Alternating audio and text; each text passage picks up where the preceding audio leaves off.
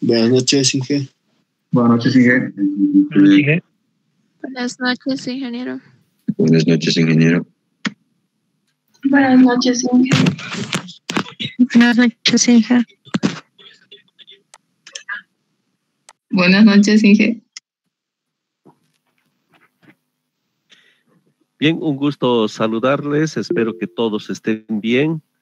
Ciertamente estamos en una etapa bastante crítica y como que toca cuidarnos, ¿no? Bien, queridos estudiantes, vamos a continuar con el avance de nuestra asignatura. Vamos a ver nuestro último tema, que es el escurrimiento superficial. Hágame un poquito de recuerdo, no hemos visto nada, ¿verdad?, de este tema, o sí, tal vez, de escurrimiento superficial.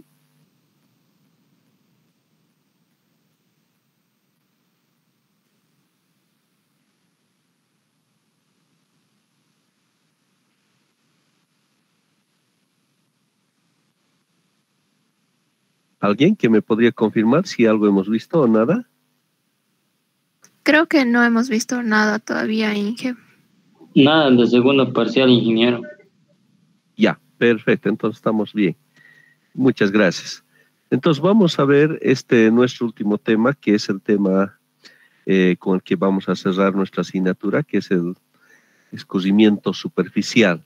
Hasta ahora lo que hemos visto inicialmente era justamente lo que representaba las características hidrogeomorfológicas de nuestra cuenca, ¿no?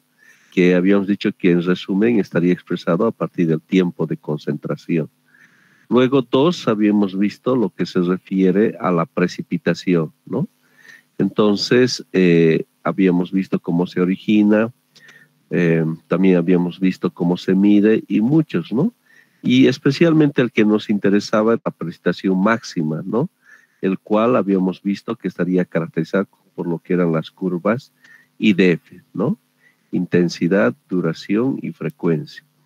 Bien, todo esto que hemos visto, pues precisamente todos estos tienen que inclinarse a este último tema, que es el escurrimiento superficial, que es lo que nos interesa determinar precisamente el caudal máximo con el que vamos a diseñar nuestras obras, ¿no? Entonces vamos a ver este tema que es el escurrimiento superficial. Bien, escurrimiento superficial es todo el agua que escurre por la superficie de la tierra, ¿no? Entonces este tema justamente está compuesto de estas dos palabras importantes, escurrimiento y superficial, ¿no? Entonces, si nos imaginamos el caso, si alguna vez hemos estado con el inicio de alguna lluvia, entonces seguramente que hemos debido ver lo siguiente. Cuando empiezan a caer las pequeñas gotas, ¿no? Entonces, si vemos sobre la superficie terrestre, vamos a ver, pues, que se van a ir formando ciertos hilitos de agua, ¿no? A medida que se va incrementando la lluvia. Y si esto permanece constante, entonces estos hilos van a ir creciendo cada vez más. Es característico seguramente, si recordamos, ese olor, ¿no?, bastante característico que viene de la humedad del suelo, ¿no? Entonces que vamos a suponer que estaba en una situación seca y esto se va humedeciendo cada vez más justamente por la caída del agua, ¿no? Entonces, a medida que va pasando el tiempo, vamos a observar que ese suelo se va a humedecer cada vez más, ¿no es cierto? Entonces, vamos a ver en un cierto momento que el agua que vaya cayendo puede perderse a través de la infiltración. Pero en un cierto momento, si recordamos lo que habíamos visto en suelos 1, lo que es el tema de los poros, pues tenemos, ¿no es cierto?, estos vacíos donde se van a ir almacenando la cantidad de agua. Pero vamos a ver un momento donde vamos a llegar a un punto de saturación, entonces donde ya lo que va a representar a partir de la superficie terrestre, entonces una vez que esté saturado todo este estrato, que va de 2 a 3 metros el estrato del suelo, entonces ya vamos a ir viendo que se van formando precisamente este volumen de agua al que lo estamos llamando escurrimiento superficial, ¿ya? Y nos interesa bastante este tema del escurrimiento superficial por lo siguiente, por dos factores importantes que nos llegaría a interesar. Uno que sería con respecto al aprovechamiento, ¿no es cierto?, de esta agua superficial.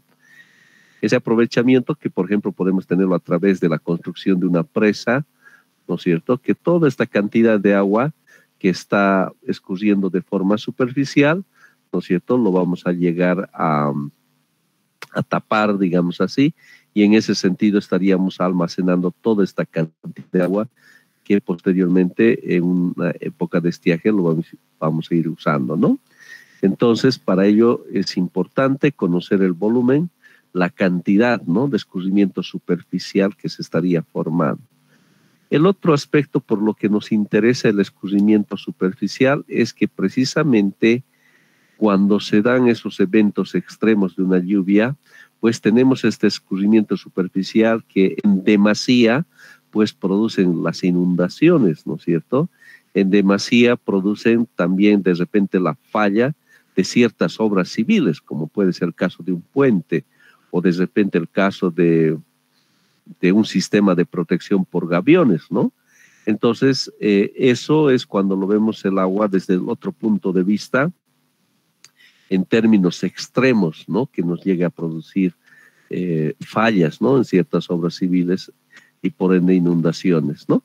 Entonces, por eso es que nos interesa el estudio de lo que es el escurrimiento superficial. ¿Está bien?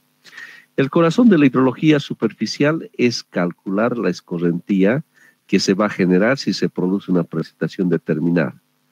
Calcular el hidrograma que va a generar un hietograma, ¿no? Entonces, aquí tenemos el caso de un hidrograma.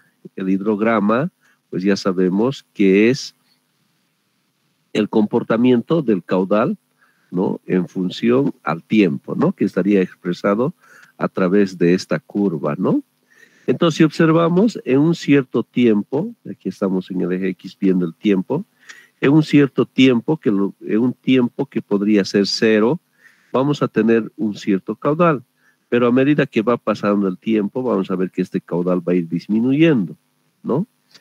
Entonces, en un cierto momento, ¿no?, en este punto que estamos observando, vamos a tener nuevamente el crecimiento, ¿no?, de la cantidad de caudal.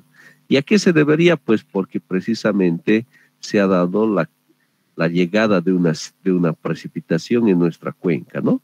Eso implica aporte de agua a nuestra cuenca, el que hemos estado hablando del escurrimiento superficial, y eso en términos del hidrograma lo estaríamos expresando como lo estamos viendo ahí, ¿no?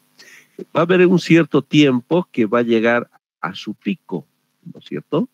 Va a llegar a un pico y posteriormente esto va a ir disminuyendo. Eso significa que en un cierto momento la tormenta que se ha estado dando, ¿no?, va a terminar, ¿no?, la duración de la lluvia, y por ende ya viene lo que va a ser el decrecimiento, ¿no? Entonces ahí tenemos esta etapa del decrecimiento.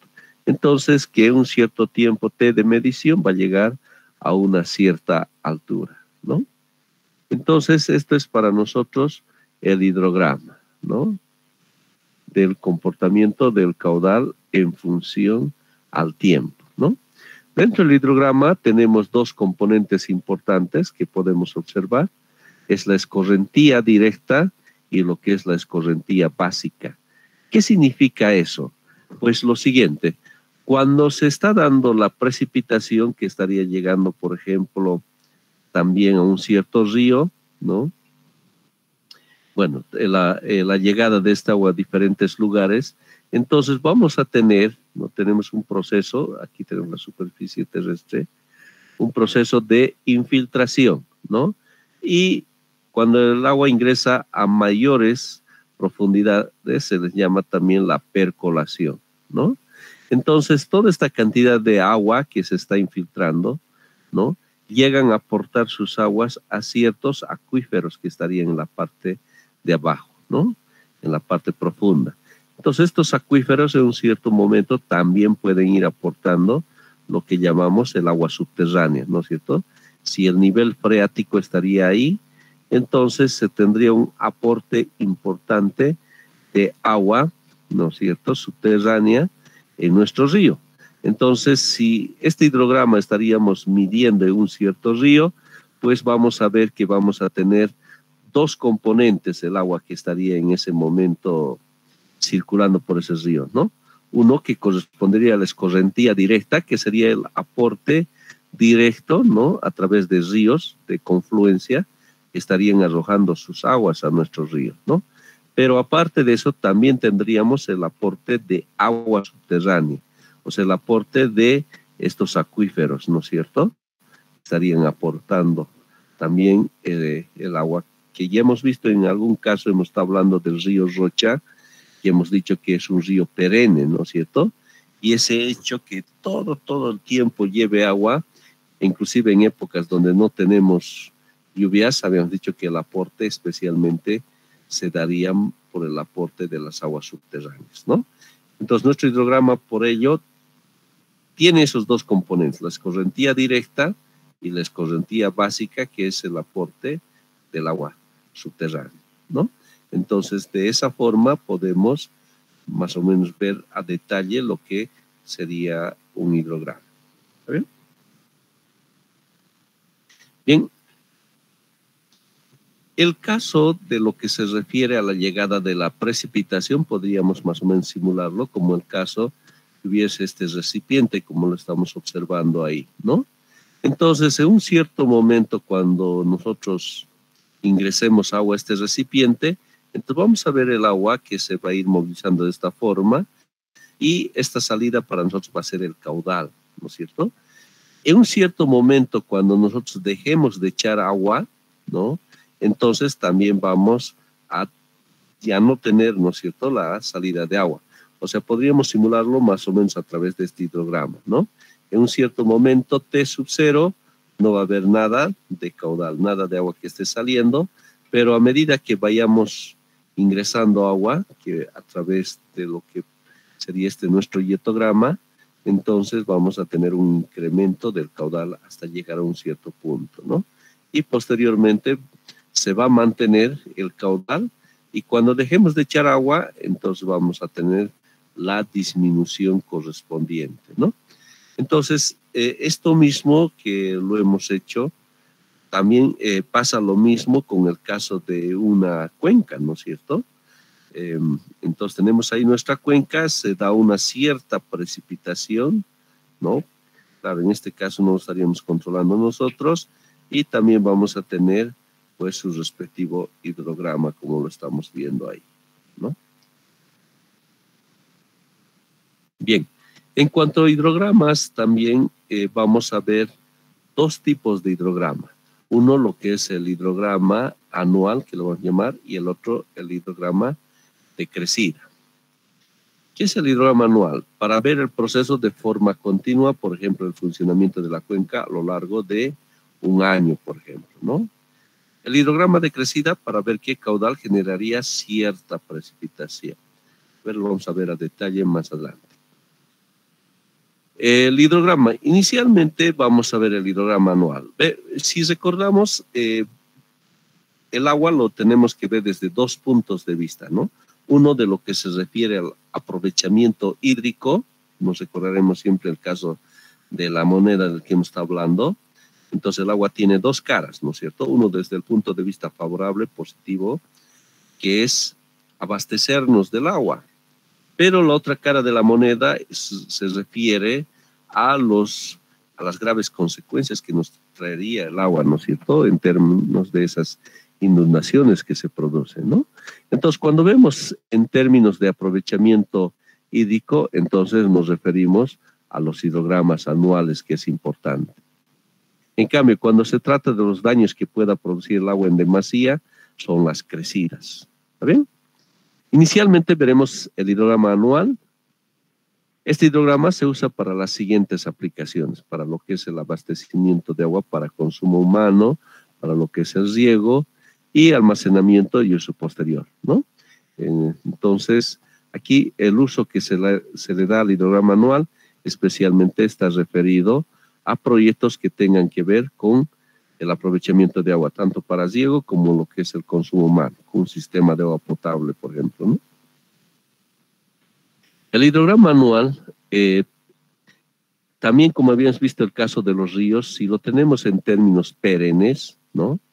Entonces, que es característica de climas húmedos, flujo base importante, entonces el hidrograma más o menos va de esta forma.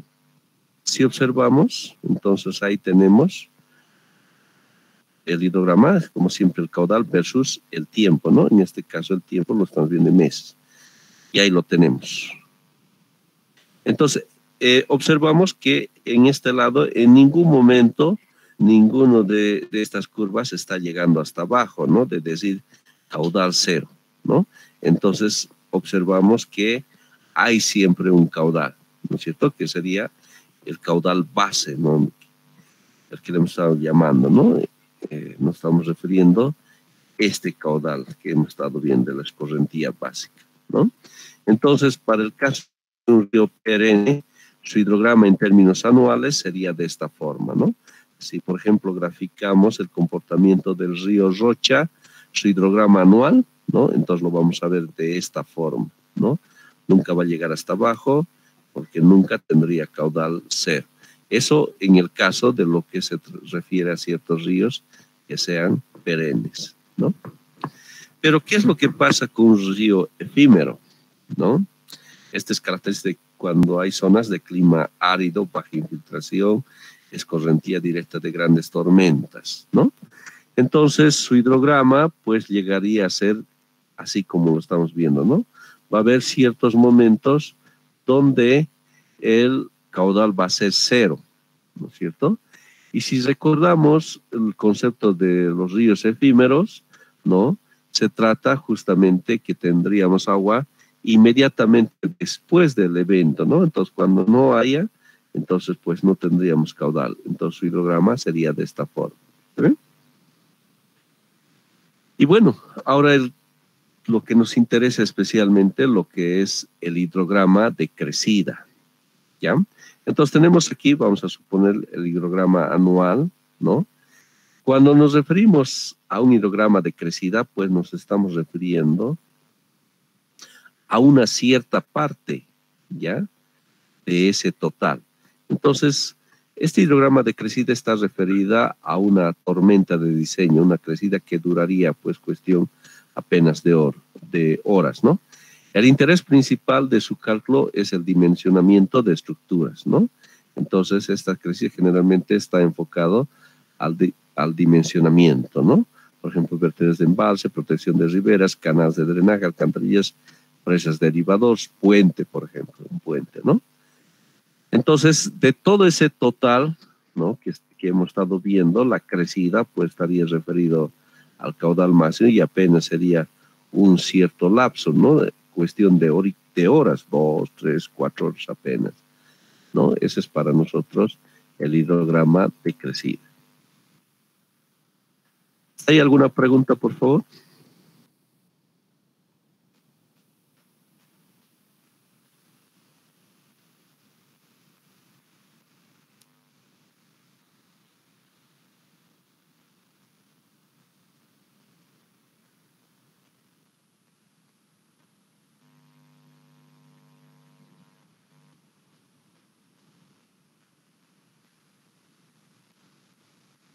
Muy bien, continuamos. Vamos a ver una curva que es muy importante y también bastante usada con relación a este tema que se llama la curva de duración de caudales. La curva de duración es muy útil para determinar si una fuente es suficiente para satisfacer la demanda o si hay necesidad de construir embalses de almacenamiento para suplir las deficiencias en el suministro normal de agua durante los periodos secos. La curva de duración de caudales también es conocida como curva de persistencia o curva de caudales clasificados. A ver, ¿cómo va eso? Vamos a suponer un cierto río, ¿no? Que nos interesa. Entonces, este río, en consideración, se estaría más o menos lo que se refiere al nivel de sus aguas. En un cierto momento en la época de estiaje podría, por ejemplo, bajar hasta ahí, ¿no? Y cuando se tenga las épocas fuertes, por ejemplo, el caso de una crecida, entonces llegaría a ser una cierta altura, ¿no es cierto? Como estamos observando ahí. Entonces, para nosotros esto podría ser el que represente un caudal mínimo y esto el que represente un caudal máximo, ¿no? Que tendríamos este rango en el que se estaría moviendo el agua. Bueno, tenemos que tener una cierta curva, ¿no? Técnica que nos permita caracterizar este comportamiento, ¿no? ¿En qué sentido? Vamos a suponer que estamos diseñando el sistema de agua potable de una cierta zona, ¿no? Un sistema de agua potable. Entonces tenemos definido el caudal de demanda, ¿no es cierto? Entonces nosotros, uno de los aspectos claves que tenemos que realizar es asegurarnos que el caudal que está pasando a nuestro río, ¿no es cierto?, tenga que ser mayor, igual a este caudal de demanda, ¿no es cierto?, ¿no? Que el caudal del río tenga que ser mayor o igual al caudal de demanda en consideración. Si cumplimos este propósito, pues estamos bien, ¿no? No tendríamos en ningún momento de preocuparnos de que nos llegue a faltar agua, ¿no es cierto? Sabemos que el caudal de demanda lo determinamos justamente. Este caudal de demanda representa el caudal máximo que estaríamos requiriendo el día y la hora de máximo consumo, ¿verdad? El día y la hora de máximo consumo. Entonces, si nosotros en nuestro caudal de río, este caudal mínimo que estamos viendo, es mayor a este caudal de demanda, pues podemos dormir tranquilos, que aunque se dé por alguna circunstancia esa coincidencia, que justo tengamos el máximo consumo y que coincida justamente el día donde tengamos la menor cantidad de caudal, si nos aseguramos esto, pues va a representar que no va a faltar agua para nada, ¿no es cierto? Bueno, pero ahora la pregunta es, ¿y cómo determino esto? ¿No es cierto? Con que voy a comparar con el caudal de demanda. Y justamente ahí está este concepto de lo que es la curva de duración de caudales. ¿Está bien? Entonces, ¿cómo lo determinamos? La forma que tiene nuestra curva de duración de caudales va de esa forma como estamos observando, ¿no? Observamos que es una curva inversamente proporcional, ¿no? Entonces, esta representa la gráfica del caudal versus el porcentaje de tiempo que el caudal es superado, ¿ya? El porcentaje del tiempo donde el caudal es superado. ¿A qué se refiere eso? Lo siguiente. Si este representaría el caudal mínimo, el más bajo en términos absolutos de forma histórica, significaría lo siguiente, que todos los caudales que se habrían dado en nuestro río, ¿no es cierto?, toditas, el 100%, ¿no es cierto?, el 100%, ¿ya?, de caudal que se habría dado en el río, pues sería mayor a este caudal mínimo, el 100%, ¿no es cierto? Entonces, este caudal mínimo que representa el 100%, entonces podemos graficar el 100% que es rebasado todo el tiempo, que representaría, si hacemos aquí la proyección correspondiente, esto sería nuestro caudal mínimo, donde el 100% del tiempo es superado, ¿verdad? Entonces vamos a ver también este caudal máximo que llegaría, por ejemplo, a este límite. La pregunta es, ¿qué porcentaje del tiempo podríamos indicar que es superado? Seguramente va a ser en el orden de 5, 6%, ¿no? O 3%. Bueno, pero ¿quién nos garantiza que esto realmente va a ser el caudal máximo? Pues nadie, puede también ser superado, ¿no es cierto? Es por eso que vamos a ver en la gráfica que esto nunca llega a chocar, ¿no es cierto? Nunca llega a chocar porque, bueno, no tenemos ese esa altura donde podríamos decir que el 0%, que no va a haber nada que no le pueda superar ese caudal, ¿no? Entonces, por eso es que vamos a tener una cosa que va rozando, ¿no es cierto? Sí, va a estar en torno a 0, de repente aquí, como podemos observar, algo en el orden de 2%, que estaría alcanzando algo aproximado a un cierto caudal correspondiente, ¿no? ¿Está bien? Entonces, eso es la curva de duración, ¿no? Bien, ¿cómo podemos trabajar con la curva de duración? Nos vamos a dar este ejemplo. Vamos a suponer lo siguiente, que tendríamos, ¿no? En el lugar de estudio, en nuestro río, ¿no? Medido estos caudales, ¿no? En nuestro río. 464, 445 y así sucesivamente. 10 valores. Entonces, el procedimiento que tenemos que seguir, ¿no? Uno de los métodos para poder encontrar la curva de duración va de la siguiente forma. 1. Formar una serie histórica de caudales de los que se tiene registro, ¿no? Todos los caudales que podamos conseguir en el río, ¿no? En estudio. 2. Ordenar la serie de mayor a menor, ¿ya? De mayor, este es el mayor, y tenemos que ordenarlo a menor, ¿ya? De forma descendente, como estamos viendo, ¿no? Y numerarlos, entonces va a estar ordenado 1, 2, hasta la que tendríamos, ¿ya? Entonces, ese es el segundo paso que tendríamos que seguir. Luego 3, calcular la probabilidad de cada caso, ¿ya? ¿Y cómo vamos a calcular la probabilidad? Pues utilizando esta ecuación, ¿ya? Que va a ser de esa forma como estamos viendo, ¿no? P igual a I sobre N por 100, donde N es el número de datos de la serie. En nuestro caso, N va a ser 10, ¿no? Va a ser 10. Muy bien, entonces tenemos que aplicar esta ecuación como hemos mencionado. Entonces, aplicando en cada caso 1 sobre N, aquí va a ser 2 sobre N, ¿no es cierto? Aquí va a ser 3 sobre N multiplicado por 100, así sucesivamente como estamos teniendo, ¿no? 10, 20, 30, hasta el 100. Esto va a representar para nosotros la probabilidad, ¿no? Y graficamos el caudal, que lo tenemos aquí medido, ¿no? Lo tenemos ordenado de mayor a menor versus la probabilidad, ¿no? Entonces, al graficar, pues nos va a dar una curva de duración como la que estamos buscando, ¿ya?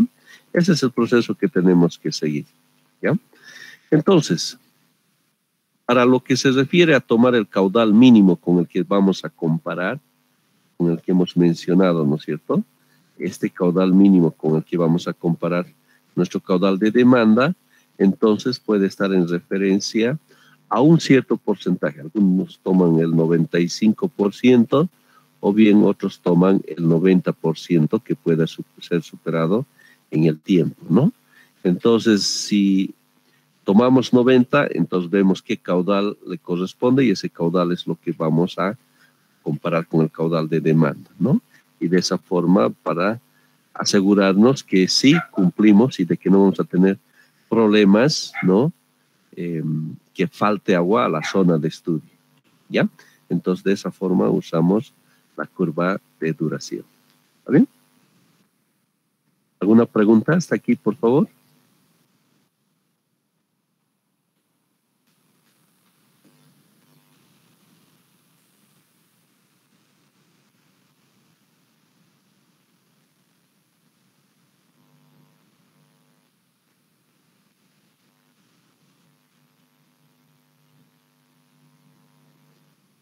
Muy bien, continuamos. Ahora vamos a ver el tema de lo que se refiere a lo que es el hidrograma de crecida, ¿ya? Para lo que es el tema, que este es lo más importante y toda su atención, por favor. Existen dos métodos. Uno que es el método racional y otro que es el método de los hidrogramas unitarios, ¿ya? El método racional se aplica en cuencas homogéneas pequeñas, menores a 50 hectáreas, ¿ya? Eso tomaremos en cuenta. Se aplica a cuencas que tengan un área menor a 50 hectáreas, ¿no? Principalmente para drenajes de carreteras, lo que son las cunetas, ¿verdad? El alcantarillado pluvial, que lo vamos a ver en Sanitaria 2, la aplicación del método racional, que induce a sobreestimar los caudales de creciente. Entonces, cuando tendríamos cuencas pequeñas, ¿ya? Entonces vamos a usar el método racional, ¿ya? Menores a 50 hectáreas. Entonces, este método, que es el más sencillo, el más fácil, y que precisamente ha sido creado, ¿no? Para cuencas pequeñas, ¿ya? Es tan fácil, pero que ciertamente hay que tener mucho cuidado, ¿ya? Solamente usarlo en cuencas pequeñas. Pero cuando se trata de cuencas grandes, ¿no? Entonces usamos este otro método que se llama el método de hidrogramas unitarios. Son apropiados para el cálculo de crecientes en obras importantes como los aliviadores de presas o los puentes grandes, ¿ya? Entonces, si nuestra cuenca supera este área, entonces usaremos este otro método, el método de los hidrogramas unitarios. ¿Está bien? Lo vamos a ver cada uno de estos métodos y ustedes, y es importante dominarlos cada uno de ellos, ¿ya? Inicialmente vamos a ver el método racional, ¿ya? Bien.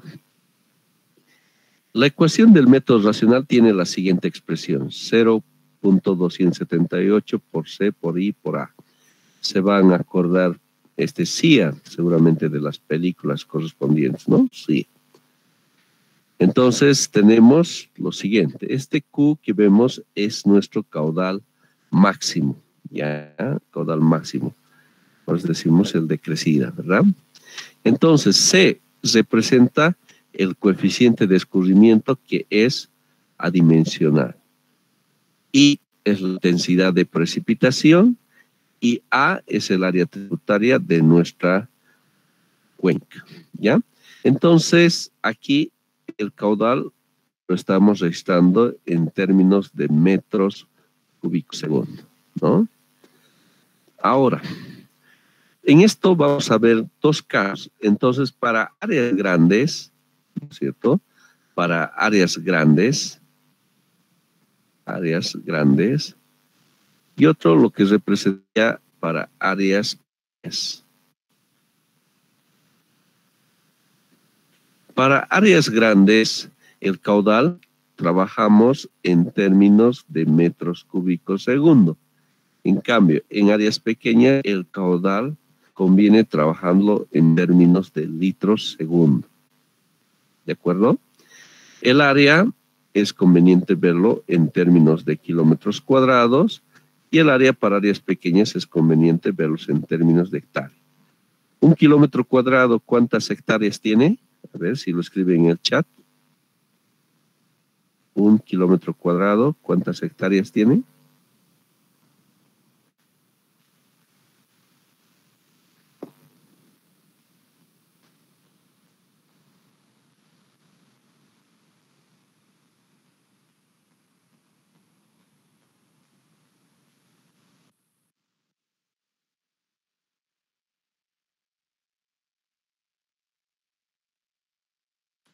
Muy bien, excelente, Antonio Aguilar, Omar Aguilar, Saraí Carvajal, Carlos Choque, Grover Pinto, Gonzalo García, excelente. Tiene 100 hectáreas, ¿no? Entonces, el kilómetro cuadrado es 100 veces mayor a una hectárea, ¿no? Bien, cuando se trata entonces de cuencas pequeñas, trabajamos en hectáreas, y en cuencas grandes, kilómetros cuadrados. Ya hay que tomar entonces ese aspecto importante. Por ejemplo, cuando estemos diseñando sistemas de alcantarillado pluvial, que lo vamos a ver en Ingeniería Sanitaria 2, vamos a trabajar con áreas pequeñas y vamos a ver que el caudal lo vamos a ver en términos de litros segundos y las áreas en términos de hectáreas. ¿Ya? ¿Qué más? La intensidad ya lo conocemos en milímetros hora, ¿no? Bien. La ecuación que estamos observando aquí, ¿ya? Justamente está enfocado para áreas grandes, ¿ya? 0,278 por C, por I, por A. ¿Y cómo será para áreas pequeñas? Para áreas pequeñas va a ser 2,78 por C, por I, por A, ¿ya? Donde en este caso el área va a trabajar en hectáreas y el caudal nos va a determinar en términos de litros segundo, ¿no? Esto debido a este factor, ya que estaría cambiando. Entonces, lo que es la intensidad y lo que es el coeficiente de escurrimiento van a permanecer constantes en ambos casos. Solo cambia el caudal y el área en sus unidades. ¿De acuerdo? Muy bien.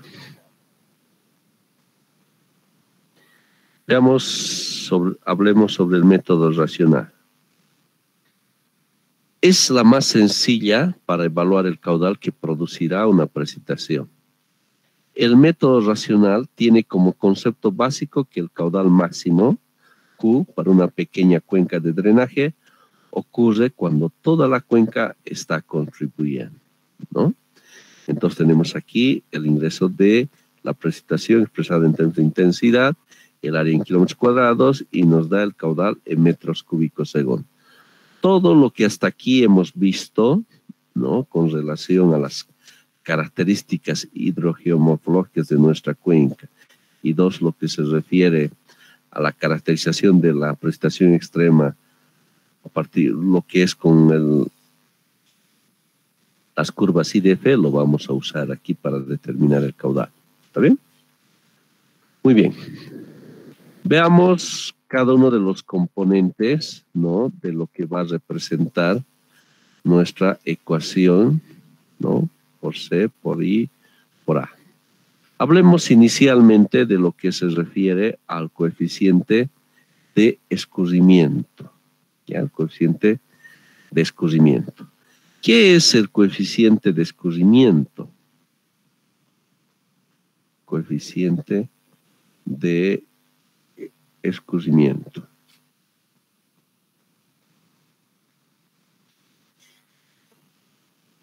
Bien, hay dos palabras importantes aquí, ¿no? Lo que es uno, el coeficiente, y lo que es el escurrimiento.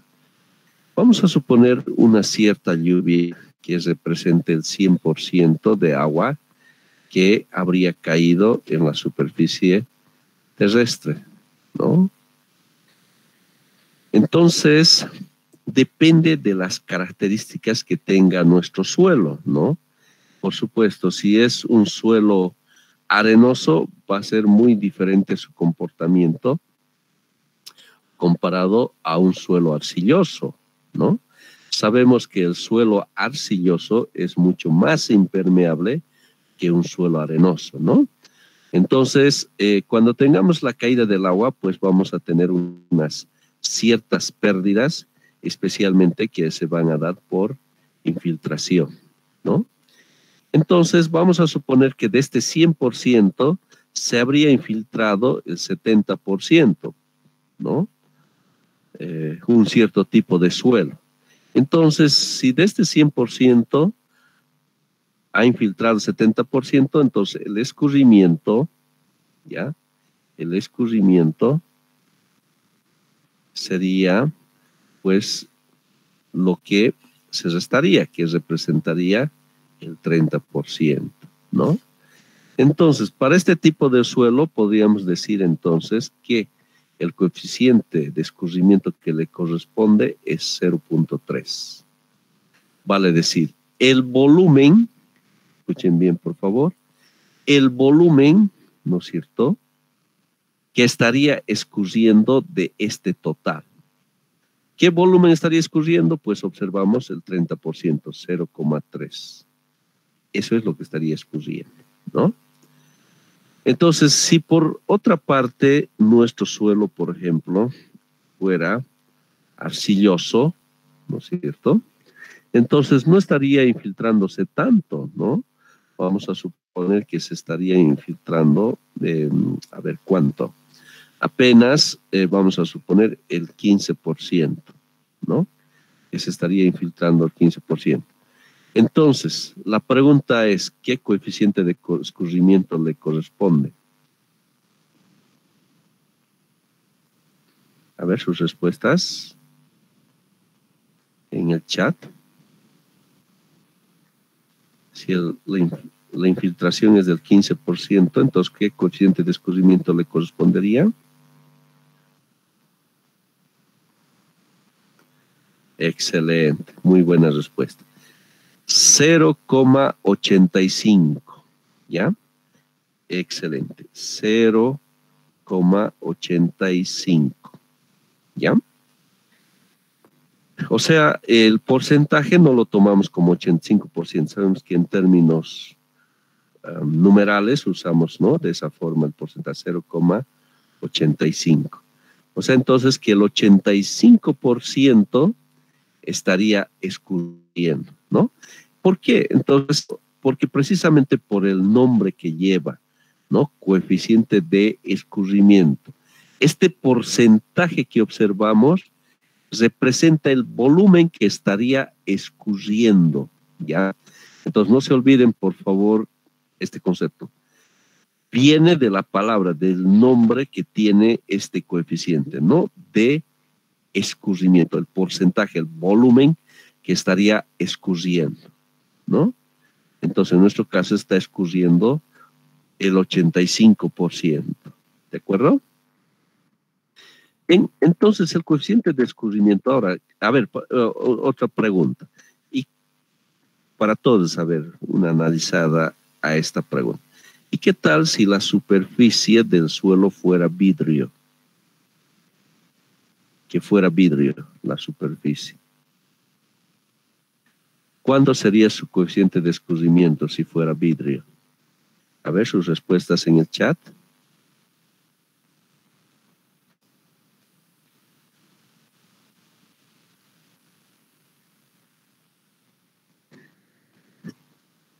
No se olviden de la palabra escurrimiento. ¿Cuánto estaría escurriendo? ¿Cuánto estaría escurriendo? ¿Qué porcentaje estaría escurriendo?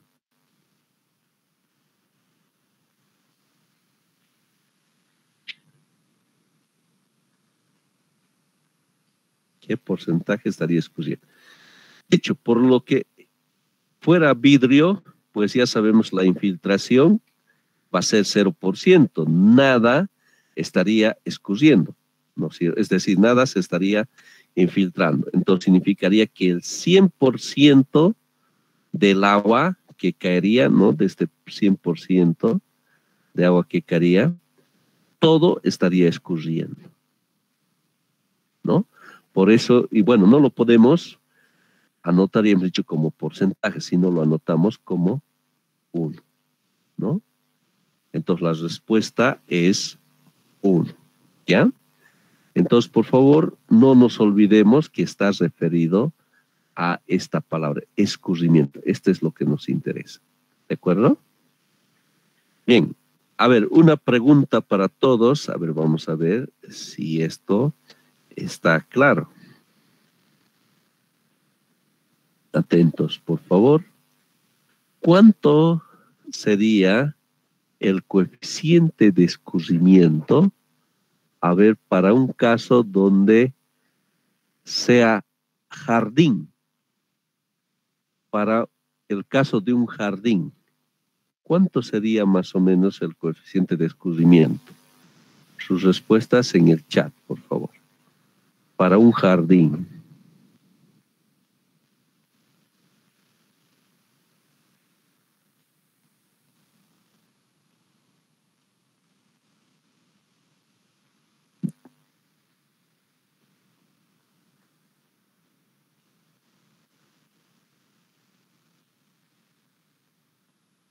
Muy bien.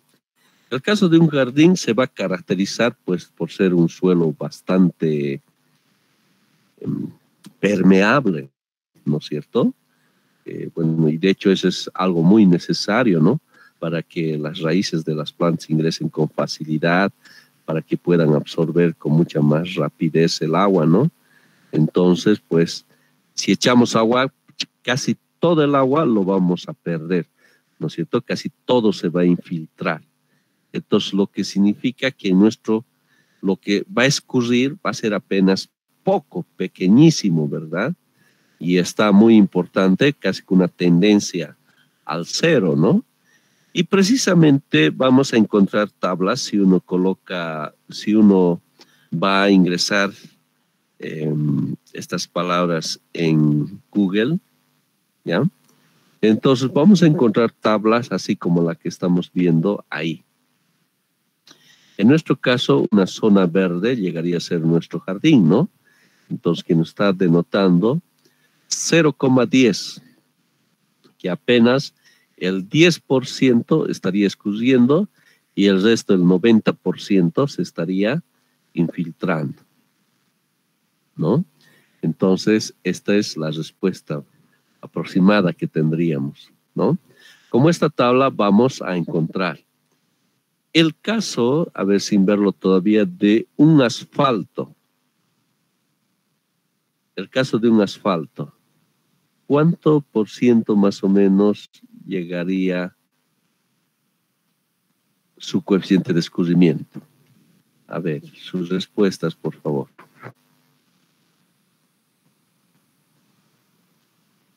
Excelente. ¿Va a ser alto o bajo su resultado? Tiene que ser alto, ¿no es cierto?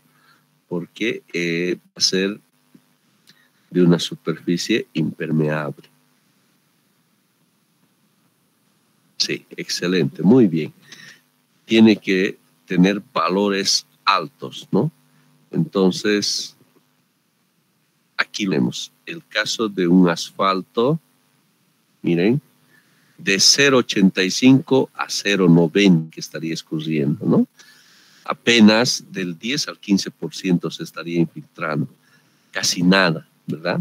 Y de hecho, el asfalto, su objetivo es proteger la superficie, ¿no? El peor enemigo, ¿no es cierto? Sabemos que por lo que tenemos los problemas de las fallas, ¿no? De estos asfaltos es el tema del agua, ¿no? Que hay que proteger. Por eso es que tiene que tener una impermeabilidad grande, ¿no? Pues va de 0,85 a 0,90, ¿ya? Y tenemos también otro caso especial que es el de un empedrado. Nos dice que estaría escurriendo, el porcentaje de escurrimiento sería 40 al 50%. ¿Está bien? Entonces podemos usar estas tablas, pero ya con el conocimiento que acabamos ya ahora de aprender, inclusive ya podemos aproximar los coeficientes de escurrimiento respectivo, ¿no? Pero estas tablas nos van a ayudar a que, ¿de acuerdo? Para el coeficiente de escurrimiento. Entonces, para nuestra zona de estudio, ya vamos a suponer que es esta nuestra cuenca, ¿no? Entonces, de acuerdo a las características que veamos en nuestra cuenca, entonces podríamos aproximar un cierto coeficiente de escurrimiento a través de tablas, ¿ah? Pero, ¿qué pasa si nos encontrásemos con situaciones particulares? ¿Qué tal si de repente nuestra cuenca esté compuesta de dos coeficientes de escurrimiento, C1, C2, que nos dicen que el C1 corresponde al 30% y el C2 corresponde al 70% de toda la cuenca? Entonces necesitamos un coeficiente de escurrimiento, ¿cierto?, que caracteriza toda nuestra cuenca. ¿Qué hacemos? Pues seguramente ya estamos intuyendo que utilizamos las ponderaciones respectivas, ¿no? En este caso 0,3 por el coeficiente de escurrimiento 1 más 0,7 por el coeficiente de escurrimiento 2. Y de esa forma obtenemos el coeficiente de escurrimiento ponderado de toda nuestra cuenca, ¿ya? Entonces podemos usar eso. O si todo es de forma homogénea, el coeficiente de escurrimiento correspondiente. Bien, eso con relación a este primer término que es el coeficiente de escurrimiento. Ahora hablemos de este segundo término que ya lo conocemos, que es la intensidad, ¿no? Bien, la intensidad. La intensidad, ya hemos visto que está en estas unidades de milímetros hora, ¿no? La intensidad es la precipitación sobre una cierta duración, en milímetros hora, ¿no? Entonces, ¿cómo es que ahora vamos a usar? Y todo lo que hemos visto anteriormente, ahora sí lo vamos a usar, ¿no? Entonces, ahí tenemos nuestras curvas IDF, ¿no? Intensidad, duración y la frecuencia en términos de un periodo de retorno, ¿no? Por ejemplo, 25 años, un periodo de retorno de 100 años y así sucesivamente, ¿no? Un periodo, por ejemplo, de 200 años. Vamos a suponer que necesitamos determinar el caudal máximo, ¿ya? Ya vemos que está dado por esa ecuación, ¿no? Vamos a suponer que tenemos que determinar este caudal máximo para diseñar un puente de un cierto barrio, ¿no? Hemos dicho que el método racional lo utilizamos en proyectos donde tenemos áreas pequeñas, ¿no es cierto? Donde no tenemos mucho riesgo de pérdidas de vidas humanas, ¿no? El caso del diseño de un puente, por ejemplo, tenemos que determinar su caudal máximo, ¿no? Para diseñar nuestro puente. Entonces ya sabemos que en términos de la importancia del puente asumimos un cierto periodo de retorno. Si es el caso de un puente de un barrio, podríamos asumir este periodo de retorno, ¿no es cierto?, de 25 años. Entonces necesitamos determinar una cierta intensidad. Entonces, lo que hacemos, ¿no? Vamos a suponer para esta zona, tendríamos ahí nuestra cuenquita. Entonces ya sabemos cómo también determinar el tiempo de concentración, ¿no? Aquí estamos usando ya todo lo que hemos visto. Entonces determinamos el tiempo de concentración para nuestra cuenca. Vamos a suponer que fueran 25 minutos, ¿no? Su tiempo de concentración. Entonces para la duración en consideración, ingresamos, ¿no? Con la duración, con el tiempo de concentración de 25 minutos, ¿no? O sea, duración de 25 minutos, hacemos esta proyección justamente a la curva que corresponde al periodo de retorno que hemos asumido y donde llegue a cortar, entonces hacemos la proyección al eje y de esa forma vamos a encontrar la intensidad que es la que vamos a reemplazar dentro de esta ecuación del método racional. ¿Está bien? Entonces ya tenemos la ecuación de escurrimiento, ya sabemos cómo obtenerlo y ahora la intensidad, ¿no?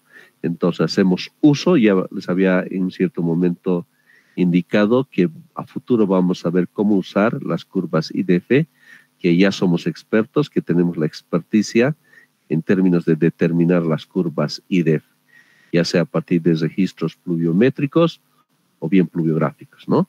Y ahora es cuando de esta manera lo utilizamos. ¿Está claro?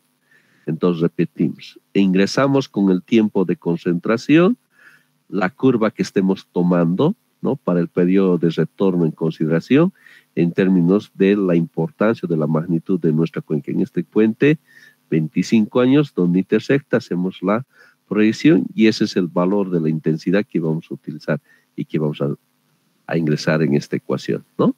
Entonces tenemos la ecuación de escurrimiento, la intensidad y finalmente el área, ¿no? En cuanto al área, también no hay mucho que decir, eso también lo hemos visto. Justamente hemos mencionado que el área de una cuenca, ¿no? Generalmente utilizamos las herramientas, ¿no? De geomática, los sistemas de información geográfica, que nos va a permitir determinar este área, ¿no? Entonces, ese área determinada lo usamos aquí. Entonces, ya tenemos estos tres parámetros, ecuación de escurrimiento, intensidad y el área, y de esa forma determinamos nuestro caudal máximo, con el que vamos a diseñar nuestro puente, ¿no es cierto? Nuestra obra en consideración. ¿Está bien? ¿Alguna pregunta hasta ahí?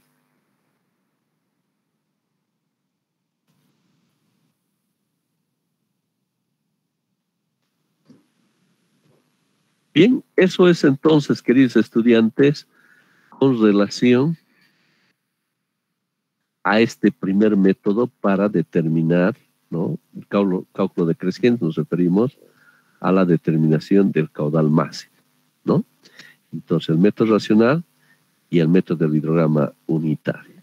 ¿Está bien? Entonces, la siguiente clase vamos a ver el hidrograma unitario, que tenemos que seguir más pasos. Inicialmente, lo que es la tormenta de diseño, ¿ya? De diseño. Luego, lo que es la precipitación efectiva. Y lo que, al último, es propiamente la aplicación del hidrograma unitario, ¿ya? Lleva más pasos, es mucho más complejo. Por eso es que utilizamos en obras importantes donde hay riesgo de pérdidas de vidas humanas, ¿no? El hidrograma unitario. ¿Está bien? Como hemos visto, el método racional es un método bastante sencillo, solo se utiliza en cuencas que tengan un área menor a 50 hectáreas. ¿Está bien? Muy bien, eso sería, queridos estudiantes, si hay alguna pregunta para cerrar este tema.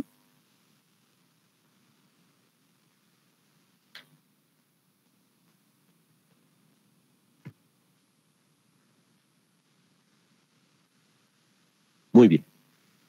Entonces quedamos aquí, queridos estudiantes. Les agradezco, muchas gracias por su presencia, su atención, y nos estamos viendo el día de mañana.